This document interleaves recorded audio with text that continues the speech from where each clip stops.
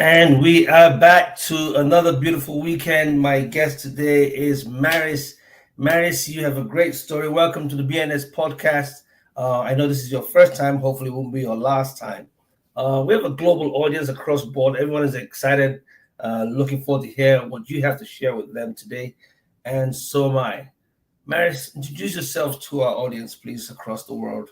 Yes. Hello. My name is Marist. I am a mother to my sweet son, Harvey, who I lost at 35 weeks. I am the founder of Marist Inc. and Actualized Lifestyle. So I have a marketing company and a lifestyle brand where I like to help people show up as authentically and transparently online as possible. Wow, that's good. Yeah. So you want them to show up authentically and Transparently. transparently. Okay, so I like that. I wanted you to say that because that's where we're going to go with this whole session this weekend, talking about how transparent your life has been based on your recent hypes. Uh, let's take you back a bit to the moment you first learned about you were expecting Harvey. Yeah, that actually was almost a year ago. It'll be a year ago next month where I Wow. first learned that I was pregnant with him. Yeah. Go ahead. I'm Is listening. that what you want to know? Yeah, I didn't get, my husband and I have been together for we've been together for 10 years, and we were very open to getting pregnant right away. It took us 9 years to get pregnant. So when we found out we were pregnant with Harvey, it was a complete surprise. We didn't think we could get pregnant, and he was our first. Wow. Yeah. Have you had any kids after the Harvey? Nope.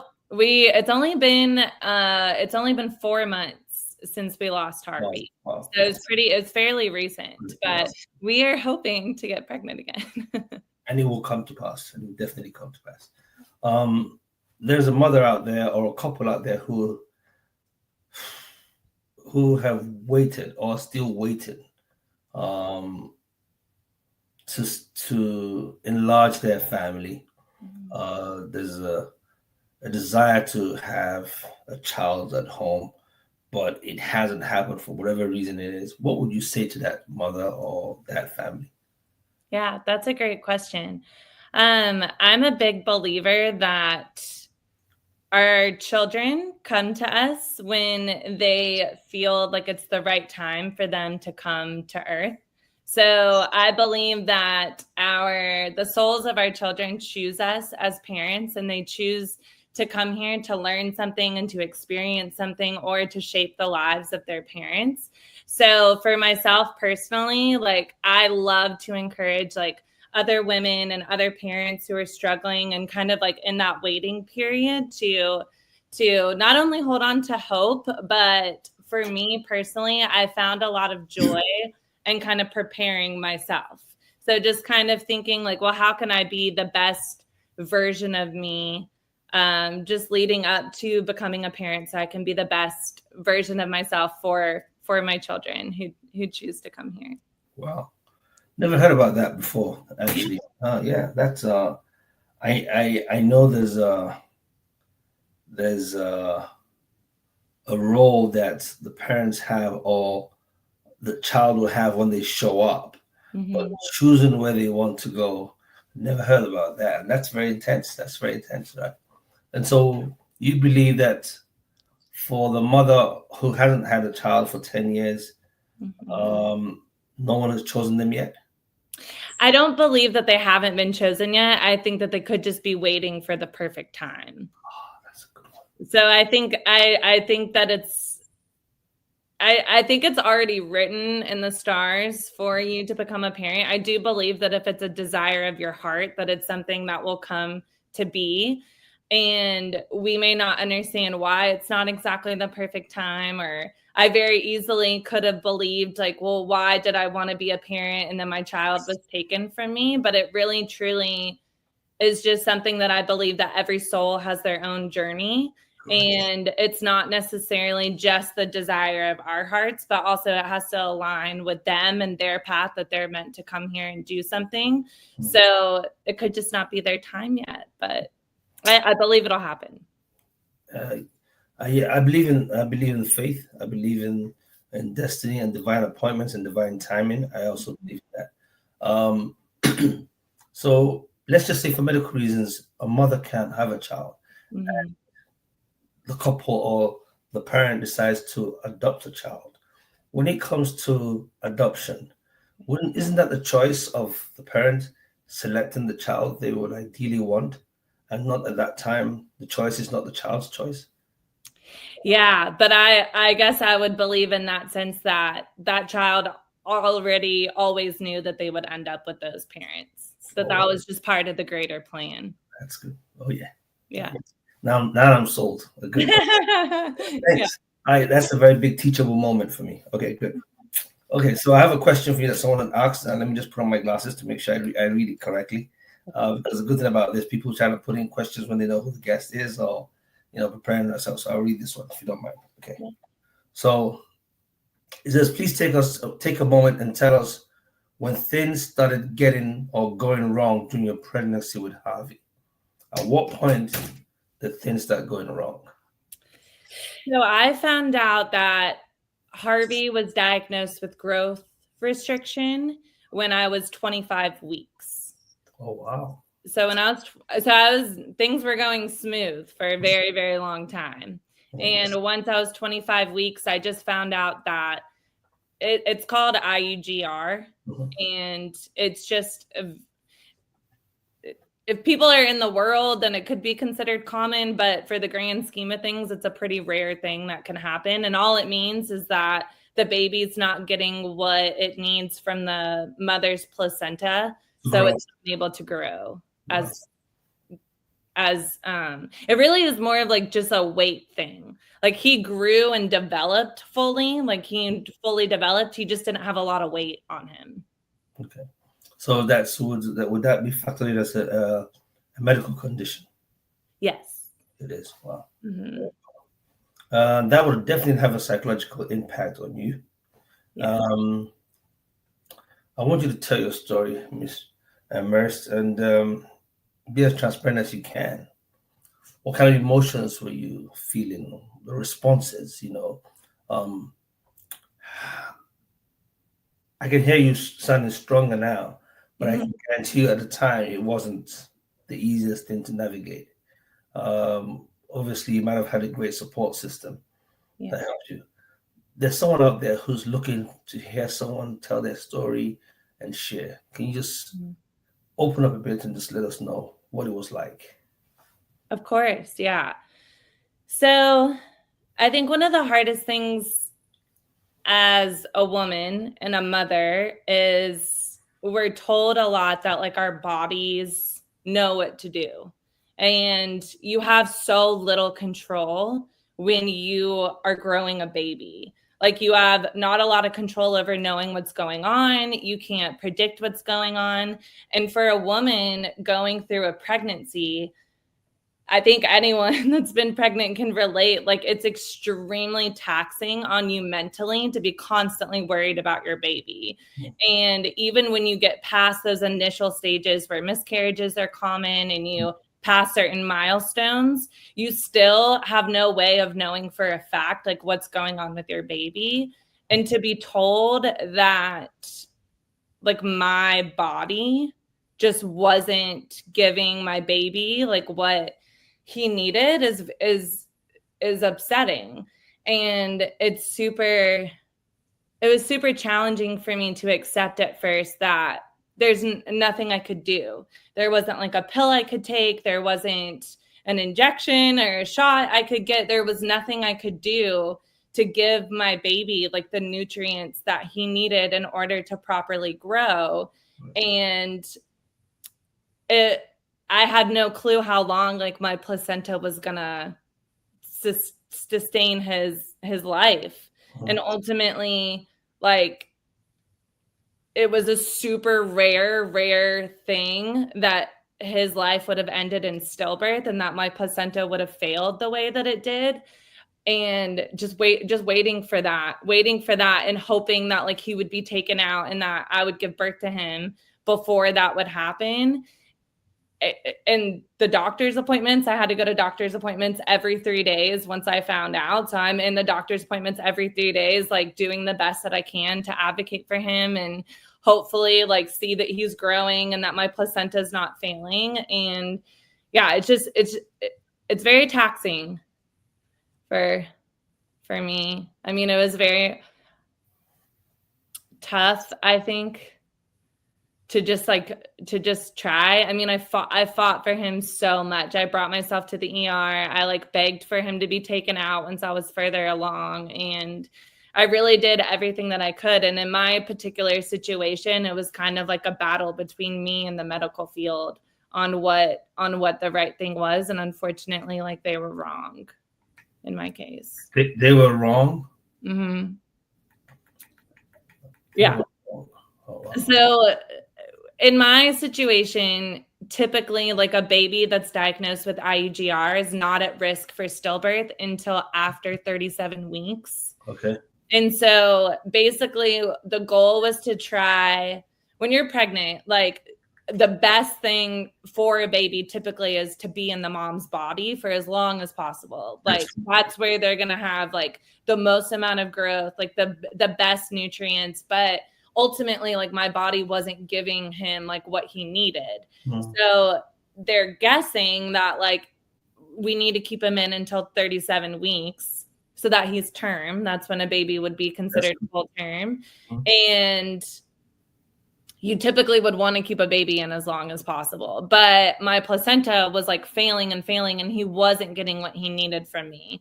So basically the doctors were guessing, because there's not a lot that they can go off of. Like they really just have like Dopplers and seeing if he's breathing and if his blood flow is good in the cord and that kind of thing. And it's ultimately up to the doctor, apparently. That's what they told me, that they would decide like when it was better for him to come out. So they wanted to keep him in as long as possible. And I felt like the signs were showing like that his growth was going less and less and less. And he was under the first percentile, which is extremely, extremely small. And genetically, like my husband and I, like we don't come from small families. Like he was already 18 inches, like he was super long. And I just felt like he was going to need more from me than what I was able to give him sooner. And they wanted to wait it out, and it just didn't work out for me. My placenta, he was pulling too much from my placenta, and he couldn't get what he needed from that. Wow. Listening to you talk is still a little emotional for you. I can see it in your face and your voice. Let's take a break here just for everyone to kind of readjust, and then we'll come back and talk some more. Okay. Okay. All right. Yeah.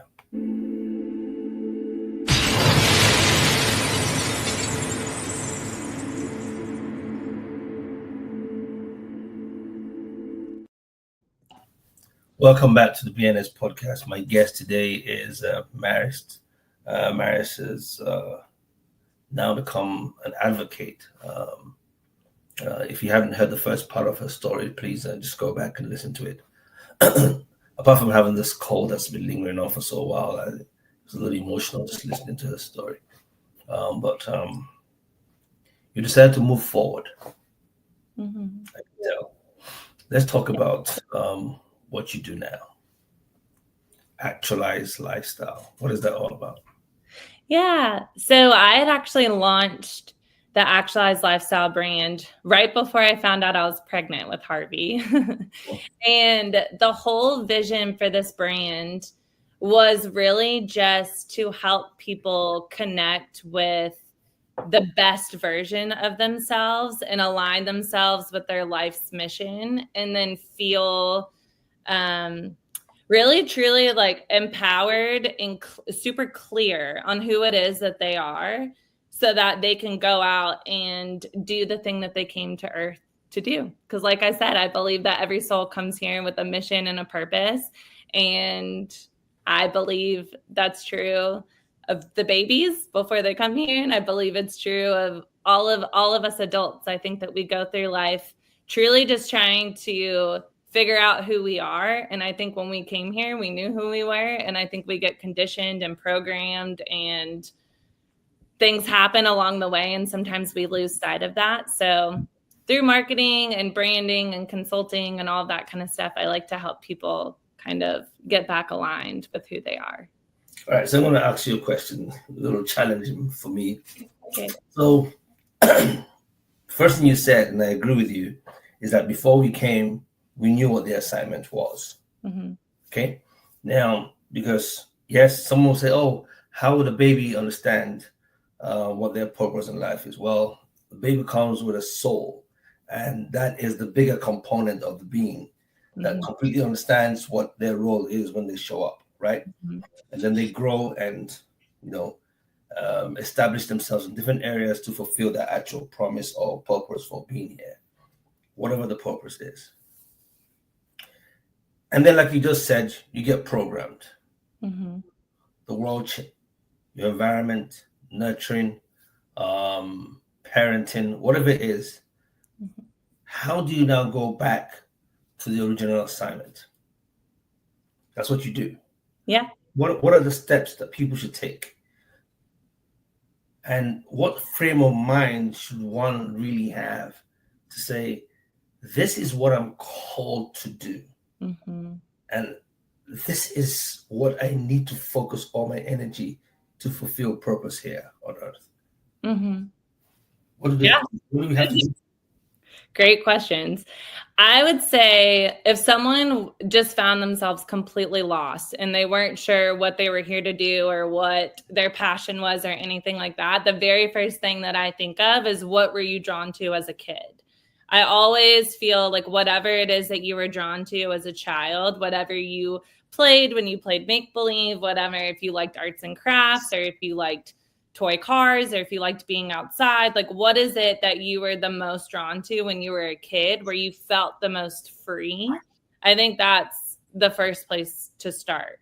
Okay. The second thing that I think is, I really asked myself, like, what are my values and what are my beliefs? And are those things that I feel strongly about, or were they things that other people felt strongly about that they told me that I should feel strongly about? And are they beliefs that I was sort of trained to believe, or is it something that I feel convicted about? And if I was told, hey, it's okay, like that could be wrong, that thing that you believe or you were told, then would that make me feel liberated, or would that make me feel defensive? So it's kind of like working with yourself through, and that's a lot of work. That's not something you're going to be able to answer in a I completely understand. Yes, but yes, so it's a lot of work to dig into that part of your life to come up, because a lot of people are stuck. Yeah, others are stuck. A great percentage of us are doing things to sustain themselves here, but that's not what the purpose is, right? Mm-hmm. So, and sometimes people do things that they're passionate about, but that's not purpose.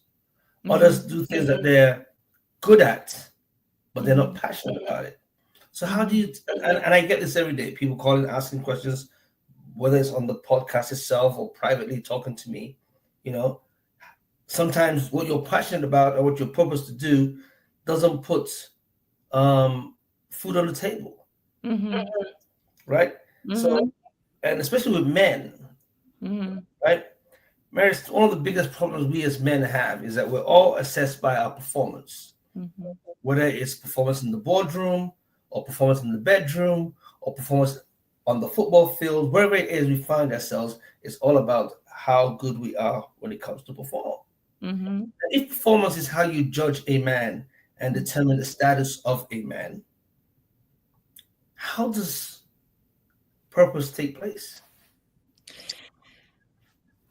So I feel like the issue around masculinity and what is like true masculinity is an issue in itself. I think, and it's funny because I got my husband to leave his full-time job a bunch of years ago to come and work with me. And we have very different roles that we play. where someone might deem me being the more masculine role and like driving the business and doing all of that kind of stuff. And of course, like a partnership, if you're with the right partner, then that's going to give freedom to explore different things, right? Like you're saying, traditionally, a lot of men are the ones who are stereotyped in the relationship as needing to be the breadwinner and the provider and all of these different types of things. And there's a lot of pressure to do that.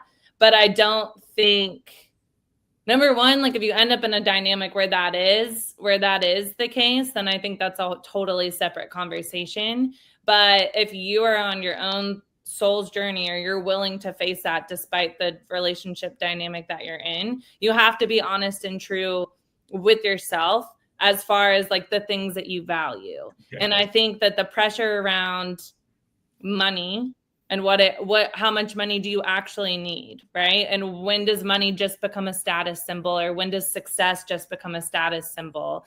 I think that these are a lot of things that we're just conditioned to believe, that we put a lot more pressure and a lot more, I guess, I don't know the word that I'm looking for. What is the word that I'm looking for?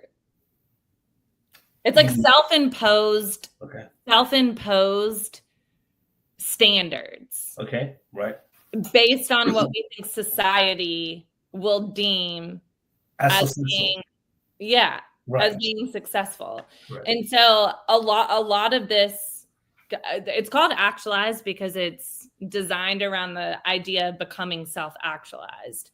And a person who's self-actualized is super clear on who they are. And a lot of these things kind of fall away. So the way that I think about it, when you're on this journey to kind of rediscovering who you are, it's not really building on who you are. It's more so stripping things back and stripping things away. Okay. That's a good one. So take a minute and explain that. Explain that to my audience, because that's big. You said it's not about adding more stuff. It's about taking more stuff off, so the actual person can actually show up. Yes. Explain it. I think about it as like, if we're a little baby and we come here, and ultimately our soul had a mission, but you also came here to learn something. So you know that you're coming as a little baby, and and that you're going to be learning these different lessons, right? As life goes on. So as you become to these different stages of your life, you have teachers that influence you, coaches that influence you, the church could influence you, or your religion could influence you, these different things, the people you're friends with, your parents, your siblings, every single person that comes into contact with you is going to add some sort of layer to your mindset and your conditioning. And so when I think about it as like stripping back down to the soul, you get to use the experience that you have to then take things from those, but it doesn't mean that you're supposed to fully embody them. Okay. So I kind of think about it as like every little chapter that you go through and every little thing that happens to you in your life, you maybe aren't meant to like fully embody it, but just take something from it. And then the things that don't align with you, the clearer that you become of who you are, you're going to be able to pull back the layers of things that aren't meant to stay. Wow. I wish I met you 5-10 years ago. No. When I was going through a very, very dark time in my life. Yeah. Yeah. Okay. That's interesting. At least one gets to still know who they continue to know who they are and what they were sent here to do. Okay. So I'm mindful of the time we have. Yeah. Let me take another question. Someone says, let me read again. Sorry. It's okay. Okay, so someone says, you speak of Harvey's life as a legacy. What do you hope people to remember most about him? Wow. Oh, that's beautiful. I hope for most people to remember Harvey's light. I believe that Harvey's soul came here to show us that your life and your soul doesn't end with your body. Truly. That's what I would want people to take away. That like, although Harvey was never seen in his body, I birthed his body and I held his body, but I made it through that experience because I knew that his soul was separate from his body. And I'm not someone who has great experience with death at all. I don't. And that was truly my first experience of death with someone that close to me, especially my son, and especially having to birth him. And I have never been more clear on the fact that I felt him. Like I could feel him and I felt like I knew him the same way you can meet someone and you feel like you knew them for 20 years, or you and I can connect right now and we never knew each other before, but you can just feel somebody's energy and their presence. Right. And when you don't experience death, it's really easy to attach the soul to the body. Mm-hmm. And what I want people to take from Harvey's life is that it's really so much bigger than just the bodies that we're in. Your legacy in your life and what you leave with people and what you leave with the world is truly so much more about like who you are on the inside than the outside. Thank you for saying that. You just inspired me.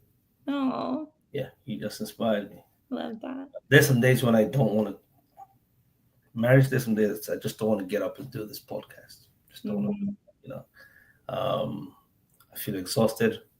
Maybe I've traveled and just came back. I don't want to do it.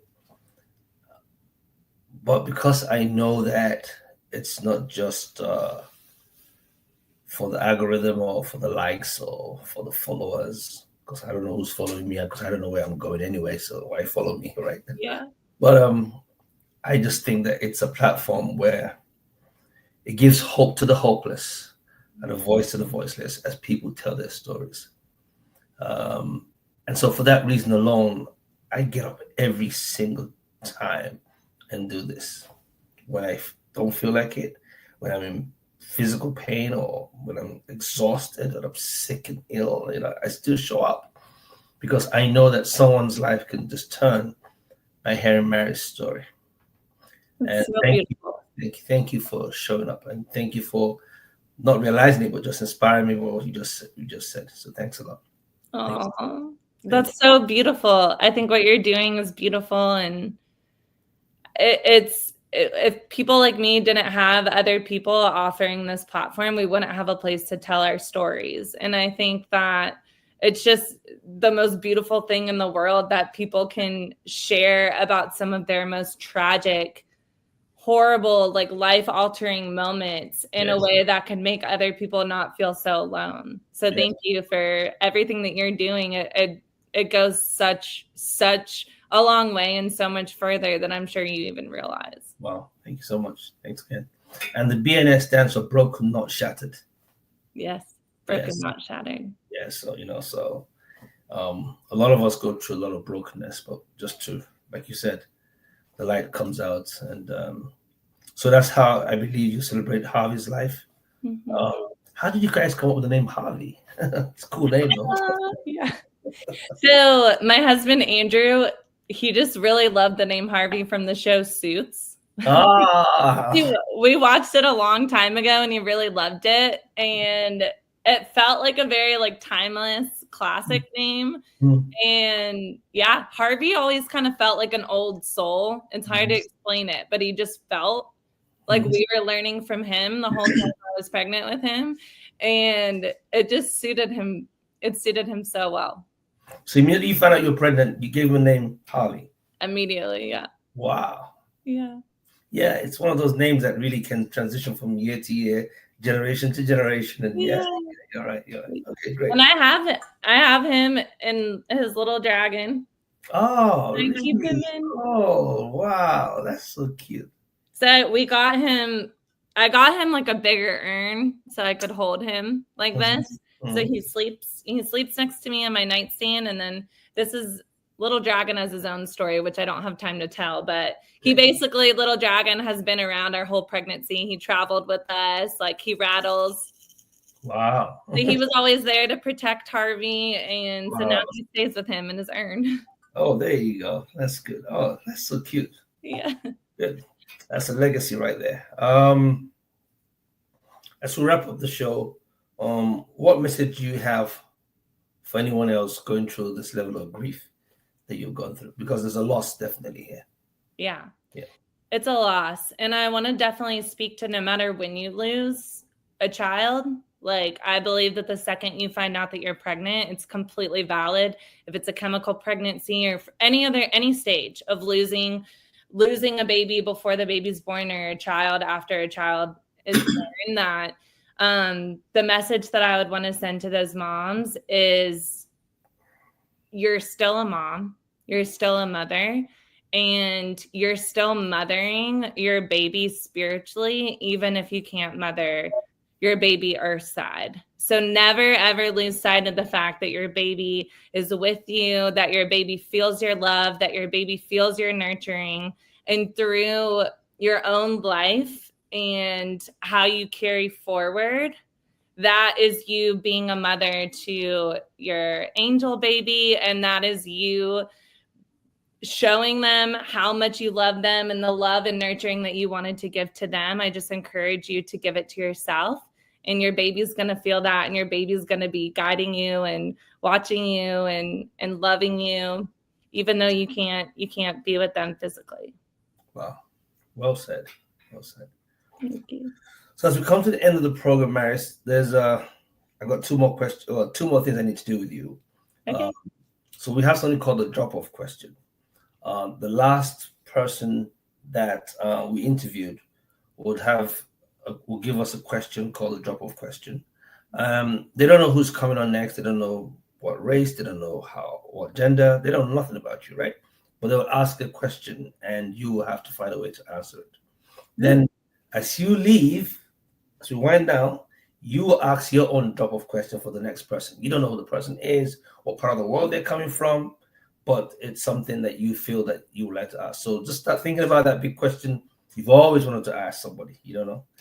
Okay, so this is the one that they gave for last week. It says, classes again. It says, what is one of the hardest things you have ever been through, and how did you cultivate the resilience to climb out of it? What is one of the hardest things you've ever been through, and how did you cultivate that resilience to climb out of it? I think this one should be much easier. Yeah, it's kind of on the nose with my story, but the hardest thing that I've ever been through is having to give birth to my son at 35 weeks, who I knew was not going to be alive whenever I saw him for the first time. And the way that I cultivated the resilience to get through that is, I believed that although difficult, something very challenging and traumatic and difficult was happening to me, I believed that I was blessed to carry that trauma in a way that I would be able to serve other people through living through it. And I tried to look at it, as much as I honored the pain and the grief and the trauma and the difficult nature of it, I tried to look at it as a blessing to go through something so challenging that I could empathize with other people who may not have a voice or may not have an opportunity to work through those feelings. And that gave me the resilience to process my feelings in a way that I would hopefully be able to be a voice for other people. Wow. Thank you for that great answer. You're in Nashville, right? I am. Nashville, Tennessee. That's the heart of the music land. Music City. How's Nashville? How's everything coming along in that city? I love it. Nashville is doing great. I became sober 2.5 years ago, so I don't go out as much. But I had my fun times. Were you born and raised there? I was born and raised in Atlanta, Georgia. Oh, really? That's good. But I lived here for 5 years. I followed my twin sister here. So you guys look alike? Yeah, we're identical. Oh, really? That's good. Good. So, did you get a lot of support when you were going through this experience? Yes, for sure. My husband's amazing. My twin being here, she's amazing. She'd been through 4 miscarriages, so she's had her own fertility struggles, and but yeah. a great family support, thankfully. Yeah, I think that makes a difference when one is going through the kind of family support or support from friends, because some people don't have that family support, but they get support still, And if there's anybody who's going through right now, and you don't have the support you're looking for, please don't carry that burden by yourself. Find somewhere. There are places where you can go to get support. And if you don't know who you are and you're trying to find out who you are, please take a moment and go to Marist, your platform. Well, where can people find you, Marist? I would love for people to find me on Instagram. Okay, good. So my Instagram is Marist Lamson. So it's my name. Okay. That's my handle. Okay. And if anyone's listening to this and you want to know more about my grief journey, I shared it in real time. I shared a real-time posts from the hospital. I shared all of my real-time grief posts that have really, I feel, touched a lot of people. And it's part of my way of hopefully helping other people feel seen. So please feel free to DM me or reach out to me. I would love to talk to you. If you're struggling or you need a friend, I'm here. You can contact me anytime. Well, there you got it. If you need a friend, just go straight to Marist. Just go to her handle at Marist Lamson on Instagram. DM her, reach out to her, and she'll be there as a pillar of support. Thank you, sis, for all that you do. As we wind down, it is now your turn to ask the big question that's on your mind. Yes. Hopefully I'll phrase this well. The question that I want to ask to the next podcast guest would be,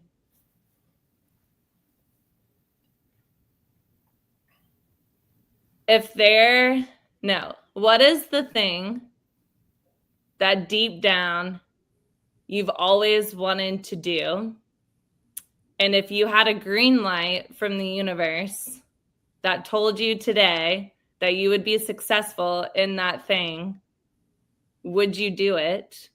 And if so, go and take the first step today and do it. Wow. You just challenged me there too. Great. All right, there you go. So what is that thing that you have desired to do? You know that if the universe gives the green light to go for it, you will jump on it. And Mary says she wants to know what that thing is. But for those of us who might not get the opportunity to answer it, go do it. Yeah, just take the first step. Just look it up. What would the very first step be? Just do the one step. And then I'll recommend that you do the second step after the first step. Yes. The journey starts. Thank you so much, Marist, for gracing this platform. Please, guys, like, follow, share, whatever it is. Click the notification button on all our handles. Is still the same as the BNN podcast or Broken Not Shattered. We up every single weekend at the same time. Sundays, 3 p.m. Eastern Standard Time. Marist Lamson, thank you so much. And I wish you all the best in your actualized lifestyle platform that you're trying to build. And my regards to Andrew and the rest of the family. Thank you so much, Ike. And thank you. I loved being here. Thank you. And we'll bring you back again on some other notes, definitely. All right? Yes. All right. Okay. All right, guys. And that's a wrap on as we finish the podcast on our last 3 words: love, peace, and more grace. See you next weekend on the BNM podcast.